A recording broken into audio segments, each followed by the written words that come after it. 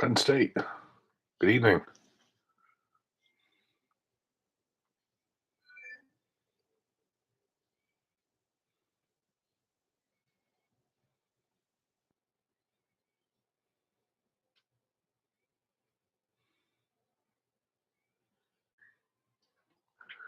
Indiana, Utah.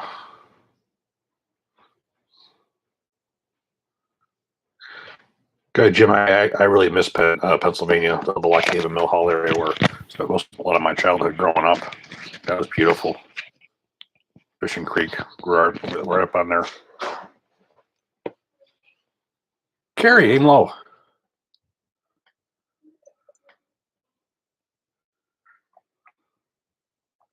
Well, Carrie, you'll probably be seeing with the next few weeks the XCRM with the 6.5 Creedmoor and 7.62 NATO coming up. Kansas, Michigan. JC.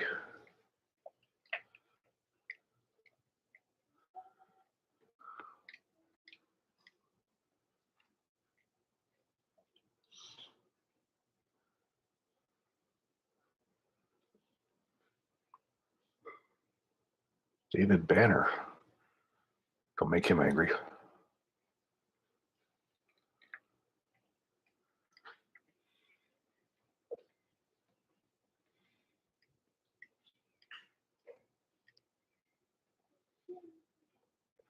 Vietnam. Chào, where are you from in Vietnam?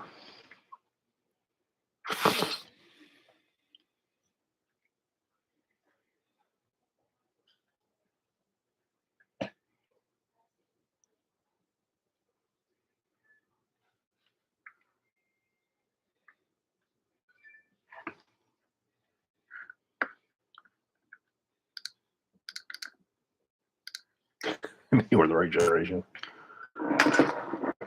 Okay, we're going to kick it off. If I would like to donate tonight during the chat, you can do so by clicking the $sign and putting your question in, or if you just want to donate to SAS, because we are viewer funded and we don't take sponsorships of any kind.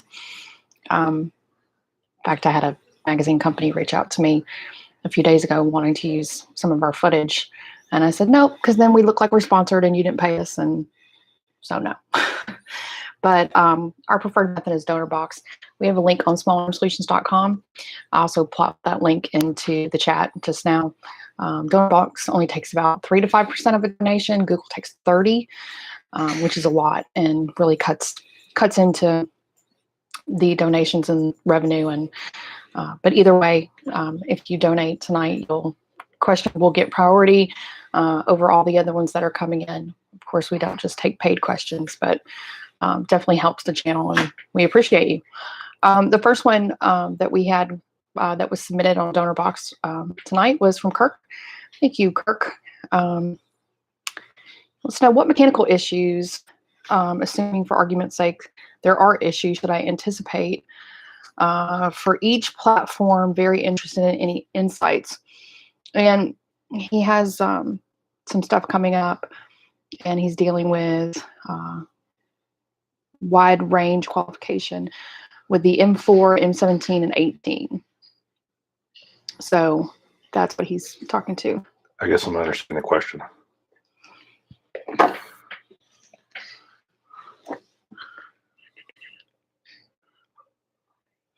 Okay.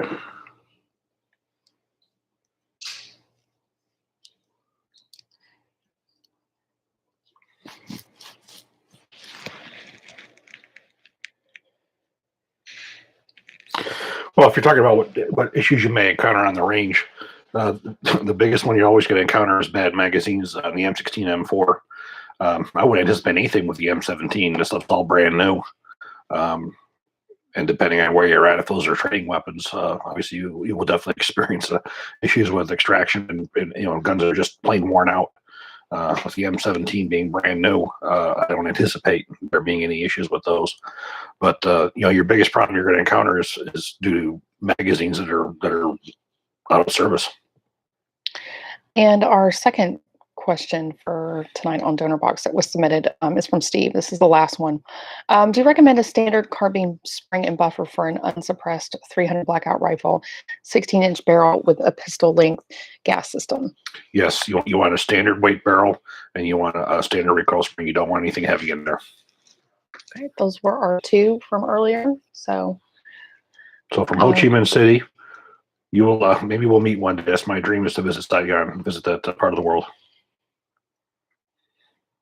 So I'll start pulling questions, and if you guys would like to donate tonight, you can use that Donor Box link.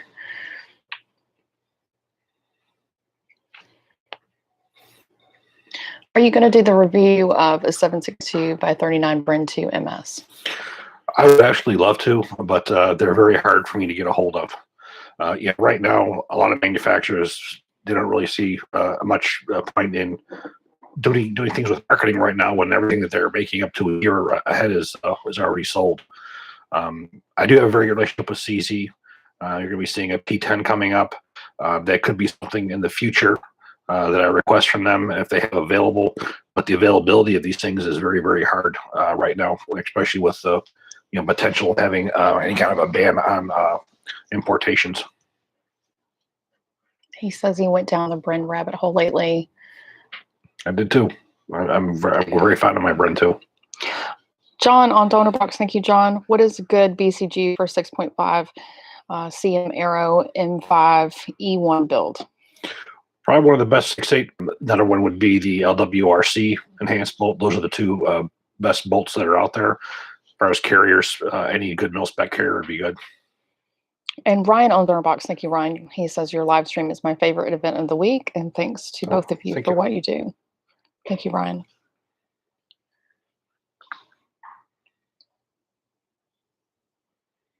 What are your thoughts on the ATI hybrid AR pistol?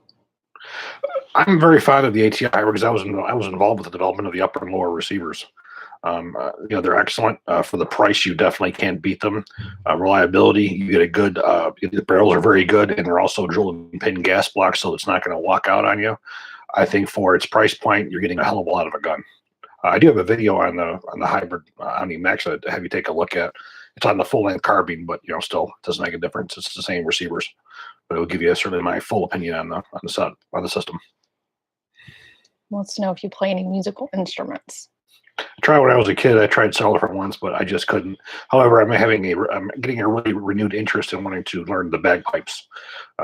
So eventually, I'm trying to get my hands on a chanter if she'll allow it. I don't think music really runs in our family. Our son has tried violin before, and our daughter did saxophone. That was probably the most painful 2 years ever, was having her try to learn saxophone. I'm getting touched by Scottish heritage with the chanter and then going to the bagpipe. What are your thoughts on Colt releasing the Colt Anaconda again? The 8-inch model stainless steel really caught my eye. It's the same thing with Colt. Bringing back. That energy should have been going into being able to bring a new modern military and law enforcement pistol. It's wasted energy. The Colt Python, the Colt Anaconda was not very popular when it was out. I got to be honest with you, the Anaconda was not the Python. Personally, I preferred my model. Back then I had a Model 629. I bought that over the Anaconda. Back in those days, the Anaconda just didn't hold up as well as the Smith & Wesson did. I don't know if this new one's going to be any better than the original one, but quite frankly, that was probably one of the least popular snakes when it came out, because the Anaconda was just the 44 Magnum was more of a niche for hunters. I don't believe they were as well made. That was the first time I do believe Colt was once you use the transfer bar safety, but it wasn't a Python. I don't think they're going to be sell nearly as much as they're expecting. That energy is just lost. This bringing back rather than bringing out new. It's Band-Aid on a bleeding wound. What would you recommend in order to be a gunsmith or manufacturer in regard to seeking education? I hear a lot of different opinions, excluding mechanical engineering. Well, an engineer is a mechanical engineer. Firearms is a special niche, but you don't go to school for engineering firearms. Engineering school is engineering school, mechanical, and then from there you go. Generally, you go to do an internship at a gun manufacturer or go to a gun manufacturer, and that's where you would start off on that particular kind of engineering. I'm not aware of any mechanical engineering schools that are for the firearms industry. What was the rest of the question? You're talking about the school. Right here. Okay, I see what you got right now. For a gunsmith itself, there's a Tim Moore Military Arms channel. He always promotes there's a gunsmithing academy or school where you go to get your gunsmithing license. Pretty much all gunsmithing licenses are done online or through the mail, but that is one school where you can actually go to it for gunsmithing in general. Thank you so much, Mad Veteran. When are you going to do a high point review? LOL, just messing with you. I already did. That was Crime Series Volume 1. Yeah, 1. Yeah, everybody's pointing you to that. That was the only way I could actually get him to do a high point review was to start a whole series based off of these kind of crime guns. That was thanks to Brandon over at the gun room. He provided that without me asking him, thanks to somebody else. Can you tell me the difference from the Beretta Police Special model to an Italian model in M9? The Police Special was an expensive finish. It wasn't the average burn. It wasn't the regular burn-in-time finish. They basically saved money on the finish. The way you'd be able to tell it was the Italian police law enforcement model, where you had the PB on the side instead of having an oval circle around it. You would have a police shield with a got like a Gothic type PB in it. The finish just wasn't as good, and that finish decreased a lot of the quality. For as far as parts, they were the exact same. Most of those were made by Beretta USA. For as far as the Italian model, again, you're still going to have the same features, the safeties, the same quality, just a different finish on it. Joey on DonorBox, thank you, Joey. Is the lack of a bolt catch release on the right side of the AR a design flaw and oversight, or is there an actual reason it makes sense to put it on the left? I am surprised ambi controls haven't been mandated at this point on future versions of the platform for the military. It's just not the U.S. government. If you look at most other countries, for instance, if you look at LMT, both their major contracts with both New Zealand and Estonia had ambi features. That's a feature of everything now, with the exception of the U.S. government. If you look at every manufacturer short of Colt, they are using ambi features. Left side, because that was always was designed as a right-hand gun. With your right hand, you're holding the pistol grip. You're dropping, you reload your pistol. Your hands on the pistol grip. You're hitting the magazine release. You're inserting the magazine in with your left hand. You would hit the bolt catch on the left side, and that would be a very quick motion to be able to do that, which is why it was there. Of course, now with the ambidextrous features, ambidextrous, you have to understand that there are some companies that have just a magazine release on the right side, like AXTX and the Colt 901, versus a ambi bolt catch and release on the right side, like LWRC and LMT, for instance. No wine tonight. No.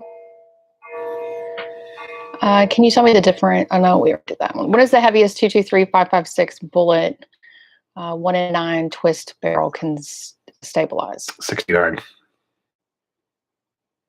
I won't go over 69. Has there been any further conclusive testing into the new argument of nitride QPQ melanite versus chrome line barrels?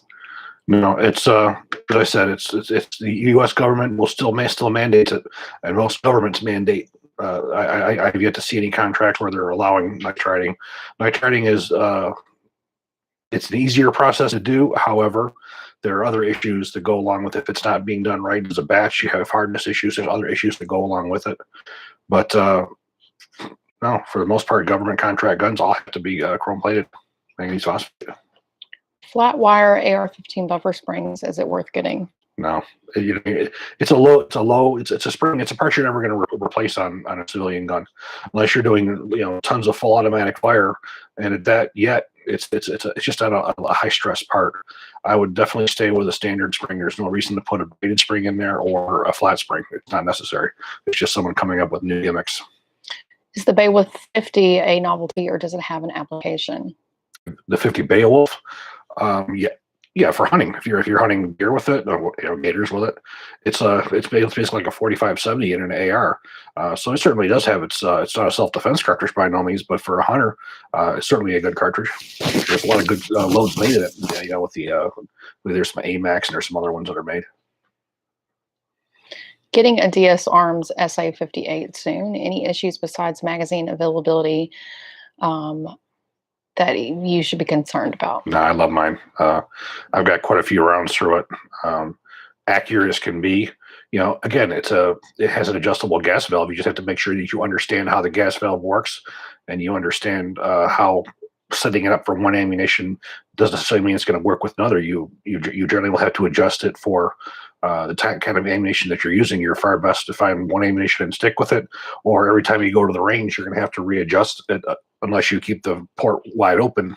No reason to do that, because if it's open too much, you're gonna damage the receiver. You're gonna damage the parts, a lower life on them. But I think you'll be quite happy with it. Any preferences between Faxon versus Ballistic Advantage barrels and 6.5 Creedmoor? Should weight be a consideration? I'm a personal fan of Faxon. I think they make some of the best barrels that are out there, and they're a good price. I wouldn't really consider the other one at all. But in the 6.5, 6.8, they make excellent barrels. I would jump on those in a heartbeat. In fact, the barrel I have for my 6.5 Grendel is a Faxon. It's funny, I just spoke to Bob Faxon the other day, looking to do a review on the ARAC 21, and I talked to him to see if there's any updates from that I. The rifles, I was curious if you're familiar with them. Well, I tried a few years ago at SHOT Show to get test evaluation guns from them, and they told me they weren't set up for it. That I basically would have to buy it, and I have no intention of going out and spending $2,000 to $3,000 on a gun just to review it. They've not made anything available to me to test, so I don't have an opinion on them either way because I don't have any experience with them. I've reached out; they told me no. Thank you, Eric. He made a donation on DonorBox to help the channel. Oh, thank you. Appreciate it.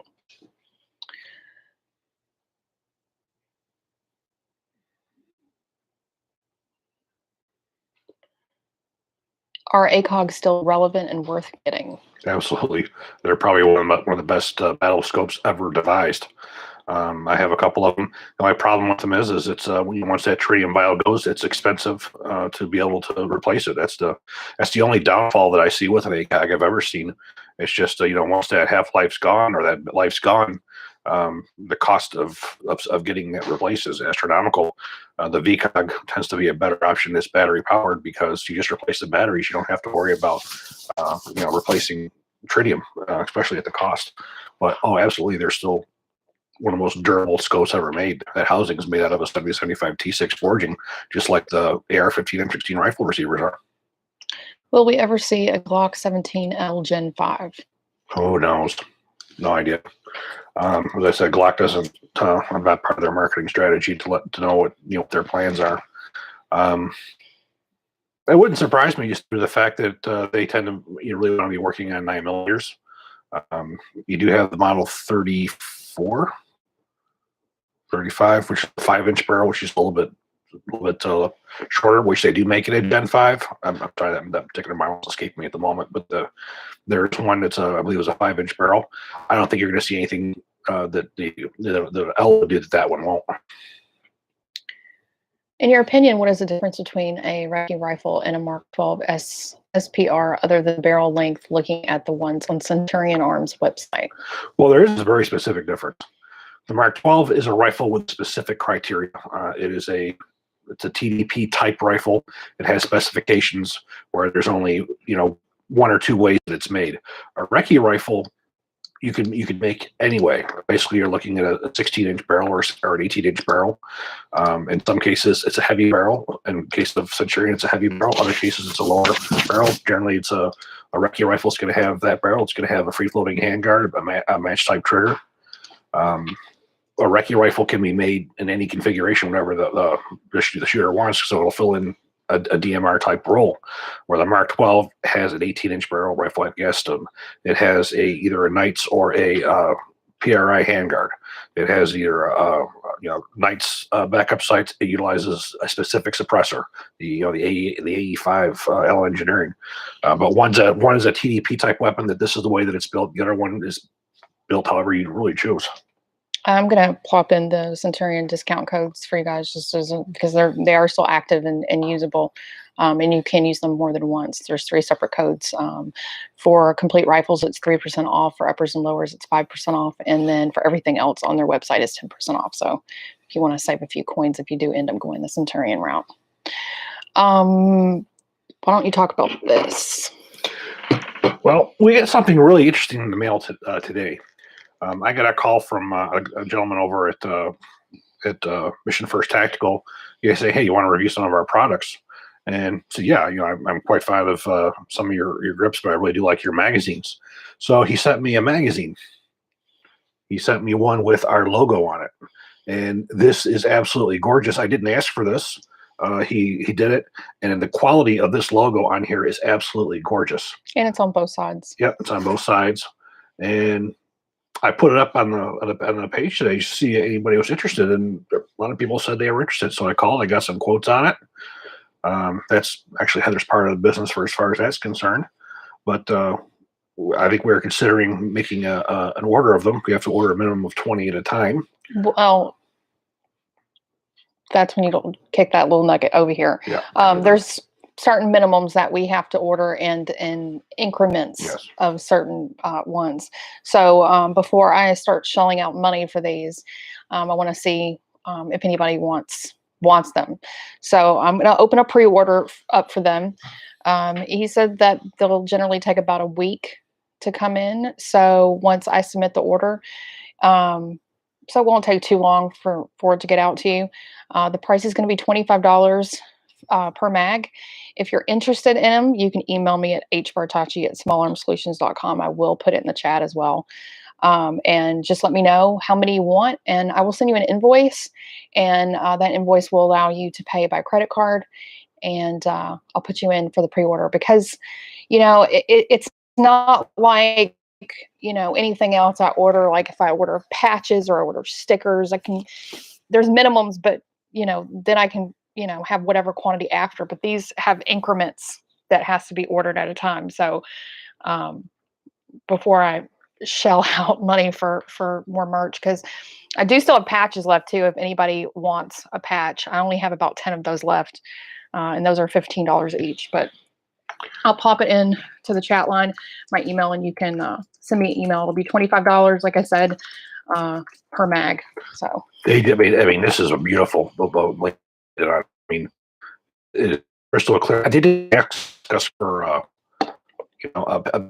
logo. I mean, they just did it. So yeah, I was floored. Now, those of you who are interested in the quality of the magazines, if you go to Feed the Black Rifle Part 1 that I did a while back, you'll see where I've tested them. And they're a very, very good magazine. Just don't pull a Mac/SVD. This is not the place for those kind of comments. You may be a regular, but we're not going down that rabbit hole. And this is the wrong place for it. Thank you to Colin on DonorBox. He just left a donation. I'm assuming he's just donating tonight for the chat. So thank you so much. Colin, if you have a question, you can send me an email separately if you forgot to include it. I know sometimes that happens.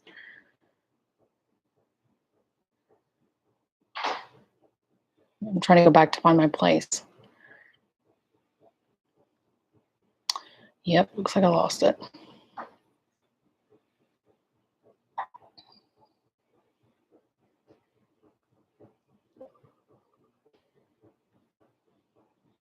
I could never do this without her. Do you have a favorite pattern of FOW? I like the traditional, the traditional military version. Now you have both the metric, which is more of the you have basically the one the British use versus the one the Austrians use. The one that DSARM uses is the Austrian. They have more the closed fly suppressor. I guess I don't have one that's a favorite, but I do love the DSARMs one that I have. I'm not a paratrooper. I like the full length traditional. The one that I have, I'll be using for videos coming up on Cold War guns. I just prefer them more. service rifles versus the special ones or the custom ones.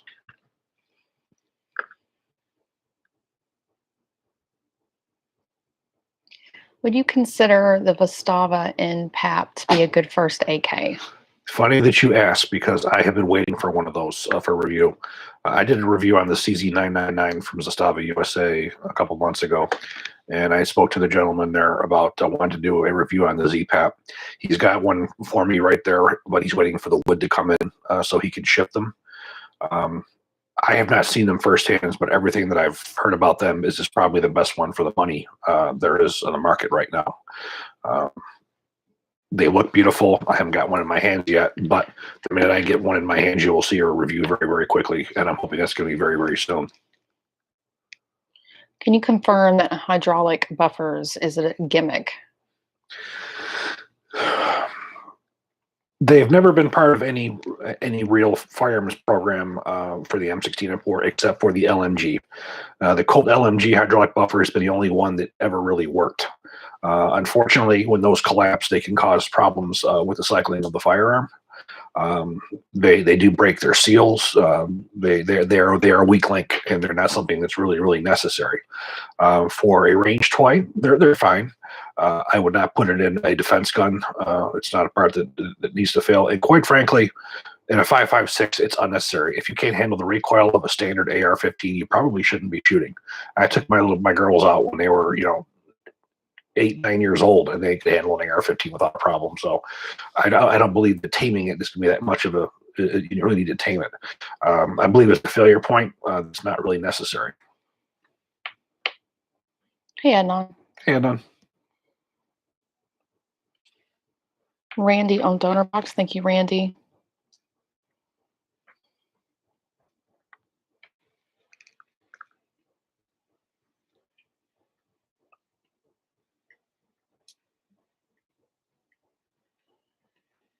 SureFeed versus SureFeed E2 magazine. Does it matter which one? Well, E2 enhanced has got a nicer grip to it. It does have some modifications to the feed lips. If you go to, I'm not sure whether it's feeding Black Rifle 1 or 2. I show the SureFeed magazines, the newer ones. They have a really good. They really nice. They come in some different colors too. They are an enhanced. OK basically says that these are an improvement over our military ones, and of course their military ones are the standard from which all is compared. I use them. I'm quite fond of them. Anything that comes out of OK Industries is probably the best that there is. Thoughts on Wolf brand M855 and Wolf Gold ammo? Well, Wolf Gold ammo is Taiwanese. To be perfectly honest with you, I have 5 boxes behind me here, and I have not shot them yet. So I'm not aware of Wolf Gold making any M855. I've seen bimetal bolts, but I've never seen them. Again, I don't know everything, but that's a new one to me. But the M855, I'm not a fan of. Never have been, because of the accuracy issues that it comes up with and the cost. I think you're better with the M85 or M193. But the Wolf Gold, I just haven't gotten around to testing it yet. I have a relatively small quantity and ways to get a lot more of it. So I guess I haven't done too much with it. Do you bother polishing any metal contact points in any of your guns? No, my guns are all combat guns. They come right out of the box ready to go for combat guns. You should not take any quality gun that's designed for combat or self-defense and have to modify it in any way. Most of the time when that happens is when you have builds, or you have parts that are, your separate parts have to be fitted or whatnot. But for a regular combat gun, you should not have to make any modifications to the mechanics of it, period. Aero Precision M5 and 308 with 16-inch barrel, mid-length gas system, short stroking. What could be the fix? First thing I would take a look at is to make sure that your gas block is in the proper location. If it's short stroking, it means there's a loss of gas. Loss of gas either comes from the loose carrier key, missing or lost gas rings, or from the front sight base that's not placed in the proper location. How's the Bula M14 review coming? It's coming along. I got about 300-400 rounds. I was very fortunate that the guy who I'm working with on it, Mark Western, he provided me with 500 rounds of ammo for it. So I'm going through round for round. for as far as the M14 being a combat gun, it's shit. It was never designed to be a combat gun. If it was designed for Korea. But I certainly will say that this is an extremely high quality rifle. It's been accurate. It's been reliable. It's been fun shooting as a range gun. So I guess I'm having an appreciation for it because I'm spending a lot of time with it as a range gun. But I'm never going to change my mind of its lack of suitability as a service rifle. But it's going to be a little while. I'm taking my time with this one. Ammunition is scarce, so as ammunition becomes available, I'm not going to put 20 rounds through it and give you guys an opinion. This is going to take me a while. I'll probably have well over 1,000, 2,000 rounds on this before I do the video on it. Do you have an opinion on using 4x32 ACOG for CQC magnification? Is it a detriment? Well, this is how it works.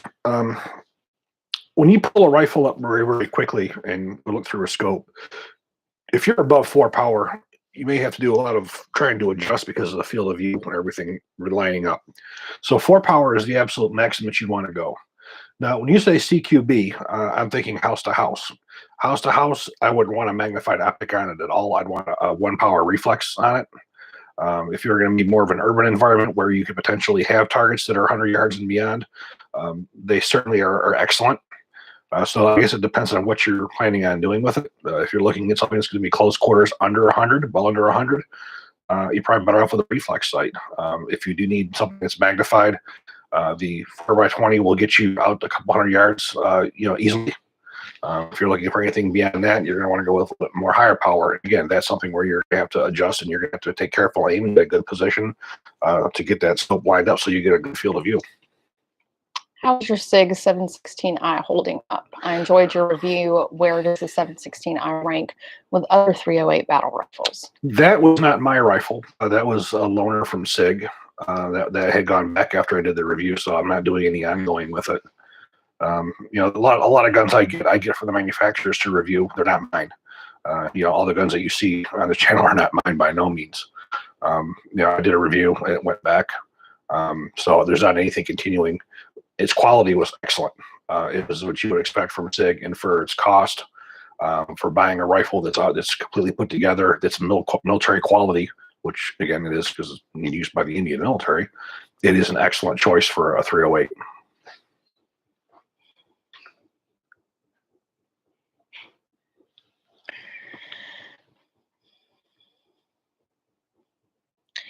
This guy has a very, very strong opinion about this one company. And so he keeps saying the same thing over again, but in different ways. I get it.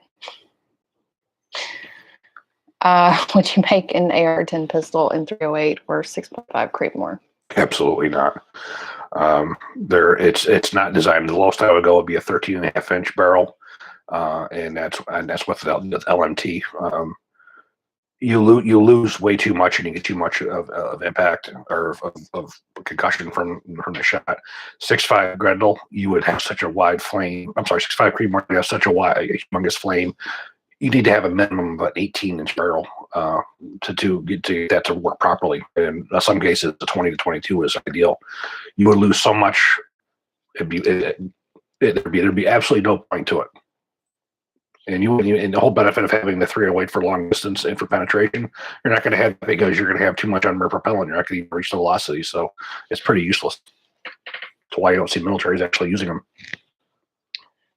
What would be your ideal SPR setup? Well, I have two ideal setups. One is my Mark 12 Centurion Arms, and two is my Centurion Arms Recce. Those would be my two DMR type rifles that I have both on 5.56. If I had to go to 308, I'd be going up to my LMT MWS, which is an 18-inch match barrel.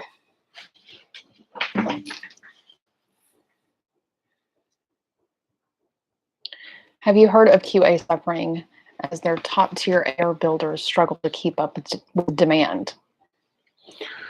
I haven't heard of any quality issues. Most companies, just because there's a problem with parts, they're not going to lower their standards for as far as we'll just accept anything.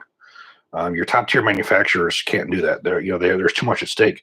This industry, if anything, is you have a reputation, and once you start cutting corners like that, you lose your credibility, and that stuff travels like a cancer, and it'll destroy a company. Look what they call them.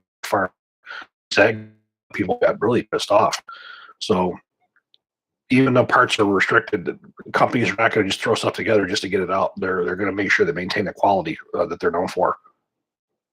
I've just had to kick 2 people out. I'm just going to touch on this really quick. Please don't come on here and complain that your questions or you're not being acknowledged. Right now there's 250 people in here. A lot of times there's 300 to 400 people in here.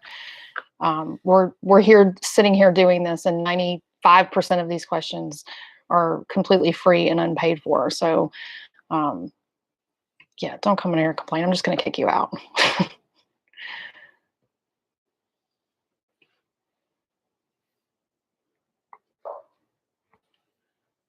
She does a hell of a job of being able to pick the proper questions too. Well, and I'm going through question by question by question, and I have one guy who's complaining that his questions keeps getting ignored, and honestly, I will skip over some questions, especially stuff that I know that he won't answer.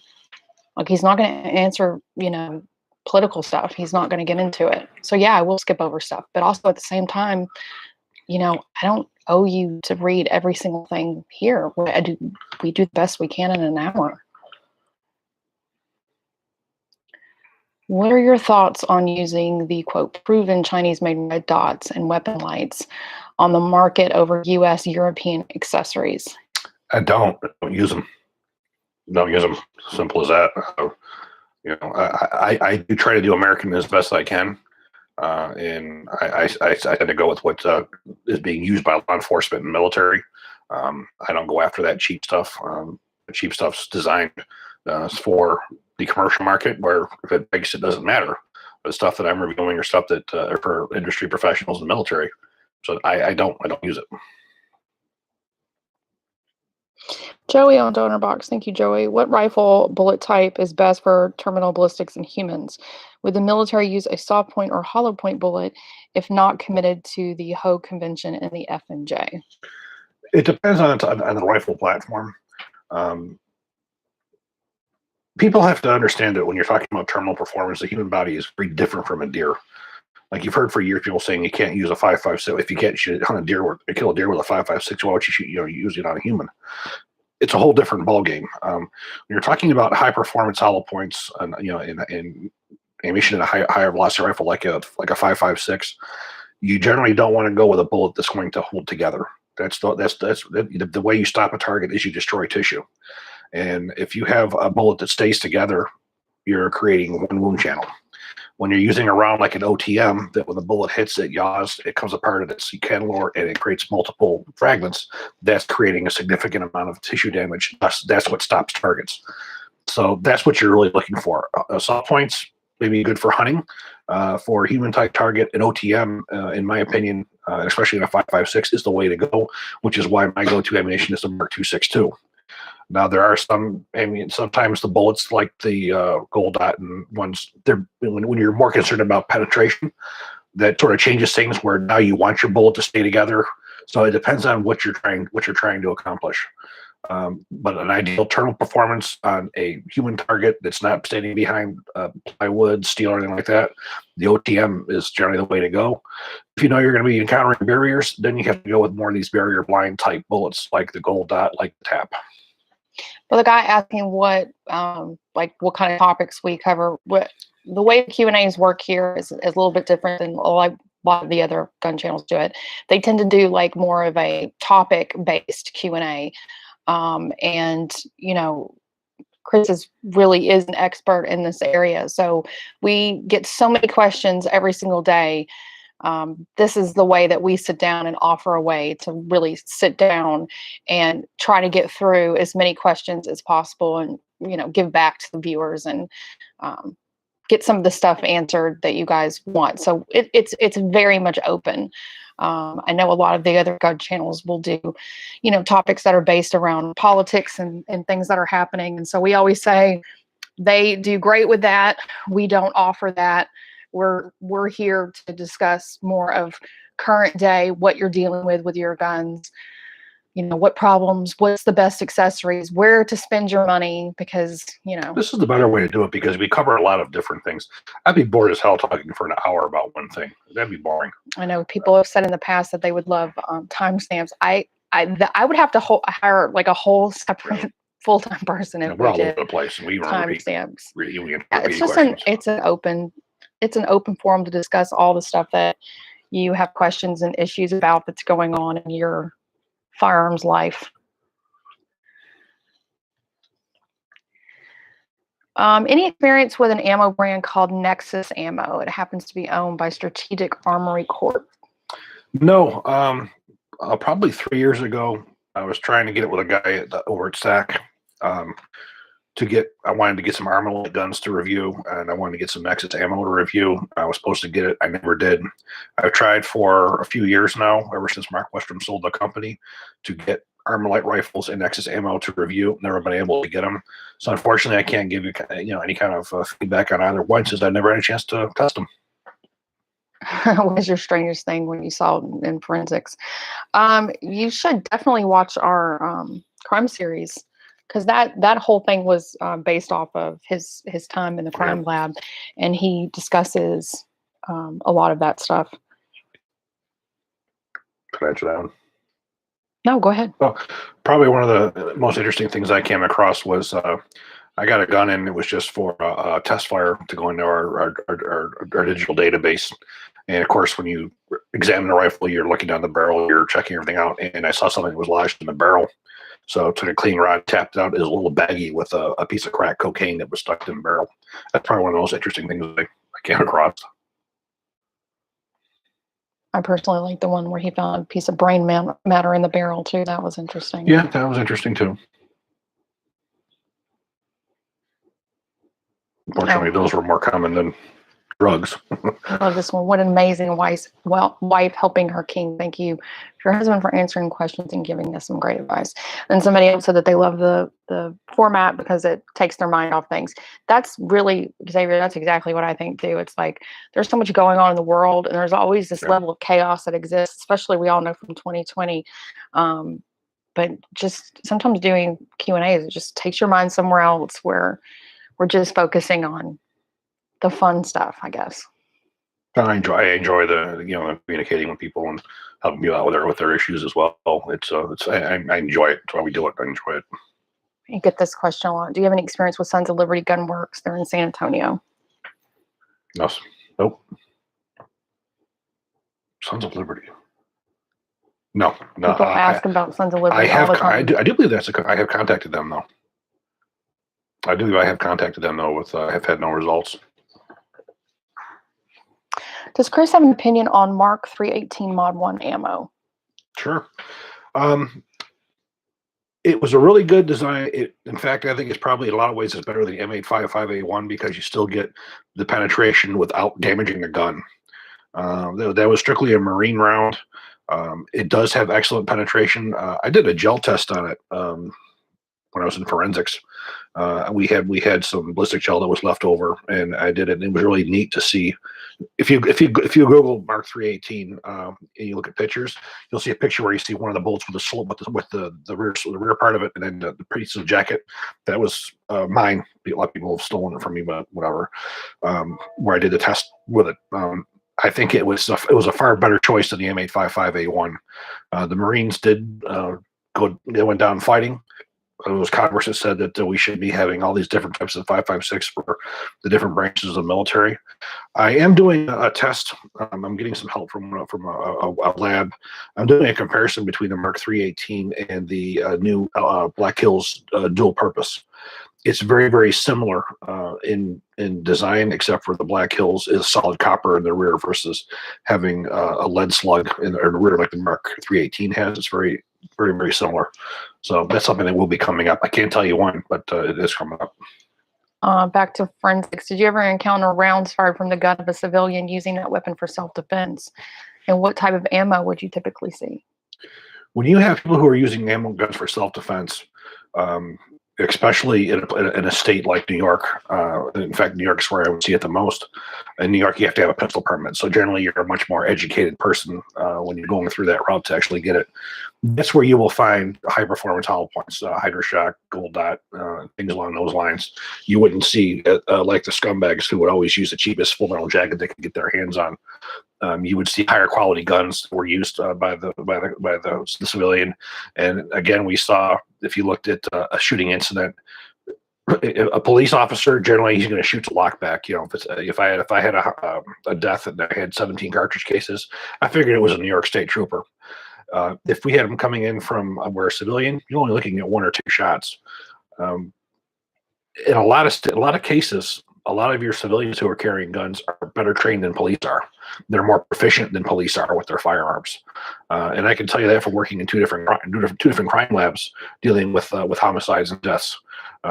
That's something that we saw. I mean, you would be shocked a lot of times at the police officers how many multiple shots they always fire, and often miss. Guys, don't forget to hit the like button. Is 40 really dead with current ammo tech? Does it have any advantages? No, I don't get this where people say that it's dead.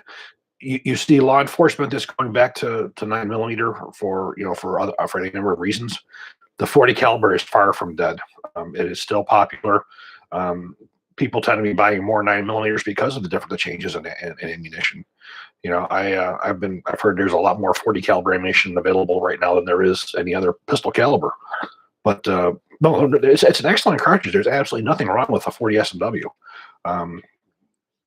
So I don't see it being dead. No way. It just it had its day in the 90s when it took over. It was #1 cartridge used by law enforcement in this country, and it always comes in trends. 40, then we go back to 45, and now we're going back to 9mm. So it's just the trends, but absolutely not is it dead. In fact, I'm doing a review coming up on the 40 S&W HK USB, which is probably my favorite 40 caliber pistol. Which carbine buffer weight should I use with an H-bar 20-inch 5.56 barrel with an adjustable gas block? I would use a regular rifle buffer or an H3. But for a 20-inch barrel, I would probably just use a standard rifle length stock and a standard rifle length buffer.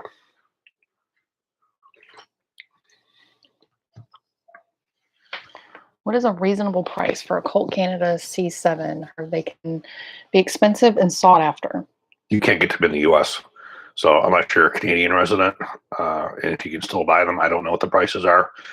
If you find them here in the U.S., you're probably talking $3,000-$4,000 because you just can't get them.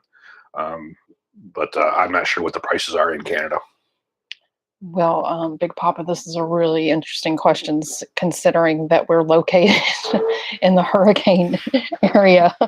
And we've, had this conversation before. I could probably give you the answer, but I'll definitely read it and let him give it to you. Hurricane Katrina ×2 hits, and you can only leave walking out of your area. What 2 rifles are you taking other than your pistol? I'll probably take my LMT MRP SBR, the 1.5-inch barrel. That would be 1 rifle. I'll probably take my Benelli M for a shotgun, and then for a pistol, probably my G17 and 5.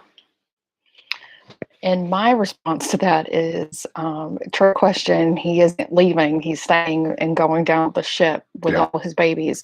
He'd send me and the kids away and be like, good luck, guys.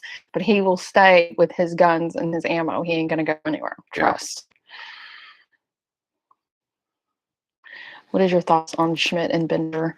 The PMI 525x56 LPLT precision sniper rifle scope. I haven't used that specific one, but I have used Schmidt and Bender scopes. Schmidt and Bender it's complete premium. If you have the wallet to support that, by all means. I do believe there are optics that sounds expensive. Yeah, they are. There are options that are just as good out there for far less money. I'm very, very fond of some of the really higher end Vortex, some of the US optics, even and some of the SIG. you have really, really excellent quality military optics that are there, and then you don't have to go out and spend $4,000 or $5,000 for them. But again, yeah, it certainly is good quality. I will never, you certainly can't take that away. But I just think that you can get the same thing at half the cost. What round do you feel is more as an effective man stopper, 7.62 by 39 or 5.45 by 39? 5.45. Very simple reason is you have a higher hypervelocity bullet that when the bullet strikes the tissue, it's going to the 5.45 bullets, they're steel for most steel jacketed. They will never come apart. So what they will do is they begin to yaw very violently, and that creates tissue damage. Where the 7.60 by 39 goes right through a full metal jacket. It doesn't do. You're not transferring the same amount of energy that you are, and you're not creating as much tissue damage, neither from a hydrostatic shock standpoint or from the projectile tumbling and doing cavitational damage.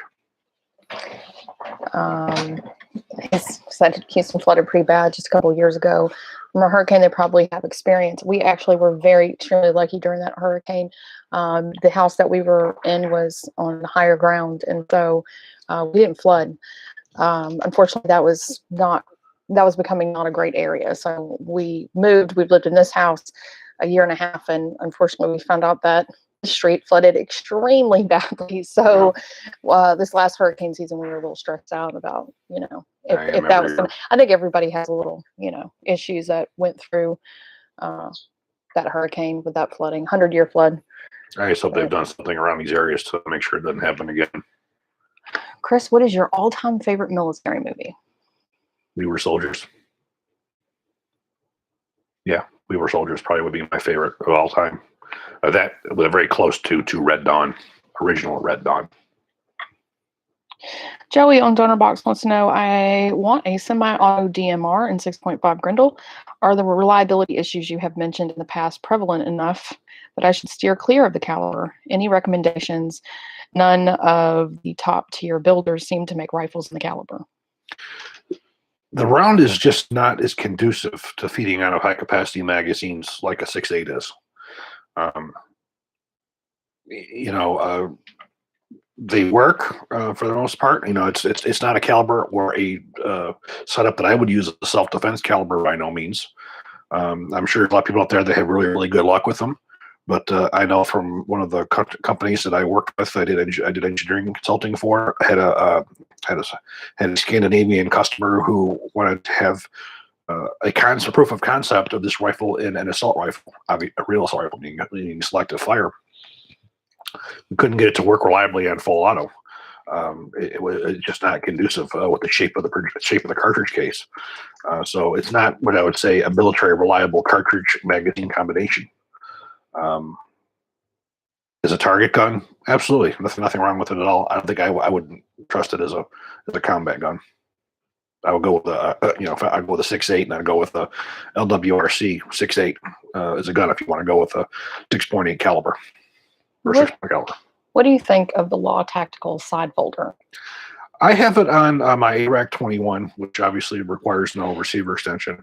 It's one of those things that it's convenient, it folds, but unfortunately, when you fold it, you can fire it, but you can fire one shot because the bolt won't move. So when you close it, you have to manually operate it. Quite frankly, if you want to have a folding stock, I would not go with an AR platform. There's plenty of other, guns like the MCX and the Bren 2 guns that do have a side folding stock capabilities. It doesn't affect its ability to fire. Xavier, it's not that bad. You'll get used to it. It was very hard for my family to deal with hurricanes as well. And of course, the first hurricane that they went through was Harvey, which was the horrible flooding one. That's what I think of. She always told me I'm very unrealistic thinking that the one that I was baptized by fire was not a normal hurricane for the area. But it was pretty traumatizing. That's for damn sure. It was a 100-year flood. That's what it was. And never in my life have I ever seen a hurricane jackknife back into the waters of the Gulf and then come back in and say, let me hit you one more time. You can go a few years without even going through a hurricane. But once you go through it, it's okay. I know it's easier said than done, though. Yeah, that's Eric on Dotterbox, thank you, Eric. He says, I missed the live chats for a few months now. Still a big thank you for all y'all do. He's a fellow Houstonian. Oh, wonderful. I do want to let you guys know that we're going to be doing some updates to the way we do our range footage. There is a company called Longshot Cameras, Target Cameras, which is right here in Houston. I stopped by their shop this last week and picked up one of their range cameras.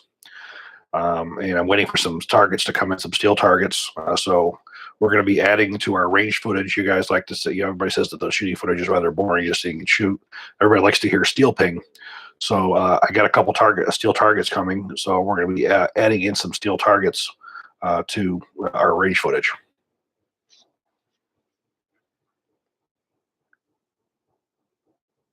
He'd still rather deal with tornadoes. See, that's where we're different because tornadoes, those scare me. Yeah, well, there's been a couple times that she's gone outside and looked at the clouds and said, these are tornado clouds. And now those dreaded Texas summers. Yeah, because you came in the fall, so you haven't really, you just stay inside with AC for those few months. And if you venture out, go to either a pool or go to the beach. That's how we stay cool and calm and deal with everything.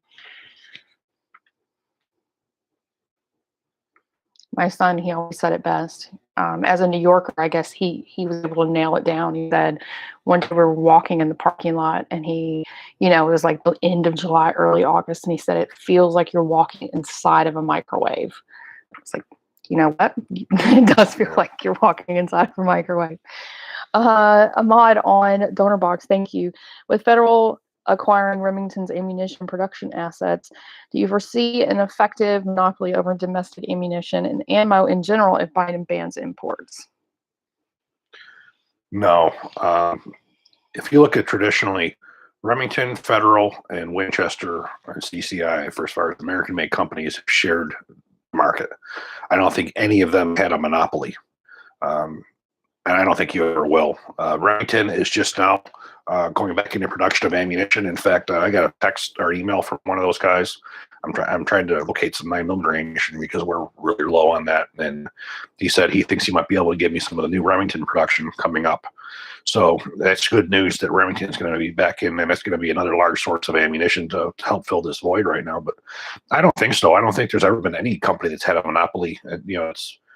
Those have been your main flavors of American ammunition forever.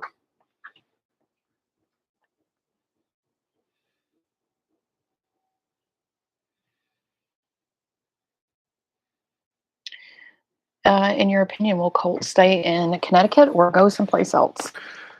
I don't know. I initially thought it was a no-brainer that Colt was going to be moved out of there when CZ took over.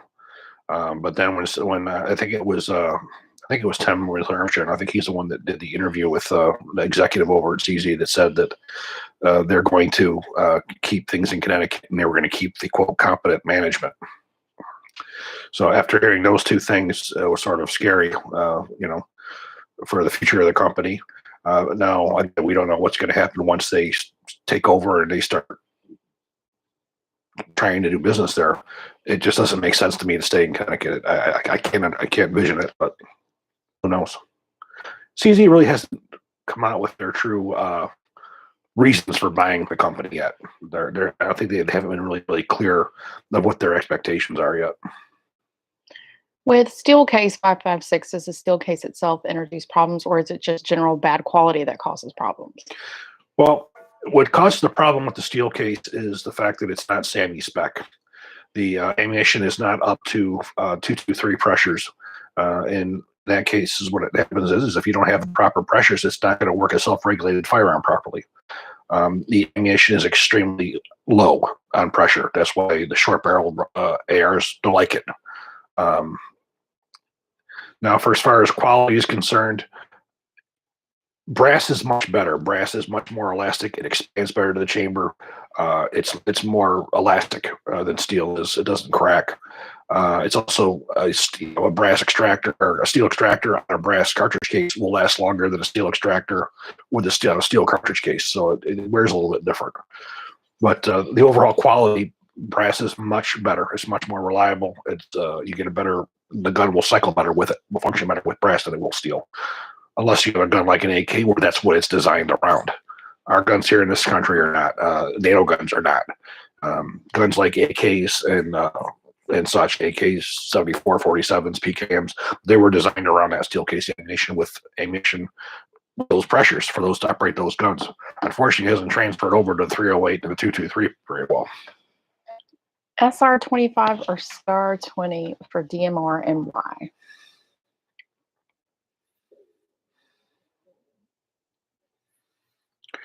To me, you're looking at two extremely expensive guns when there's other ones I would choose.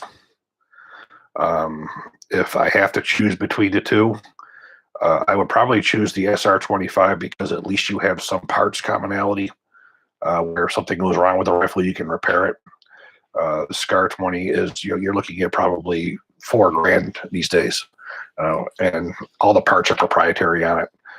The magazines are not as good as the SR25 magazines. Yeah, quite frankly, I mean, I go after the LMT and 308, but I probably would say the SR25 for the parts interchangeability options. Yeah, that's probably why.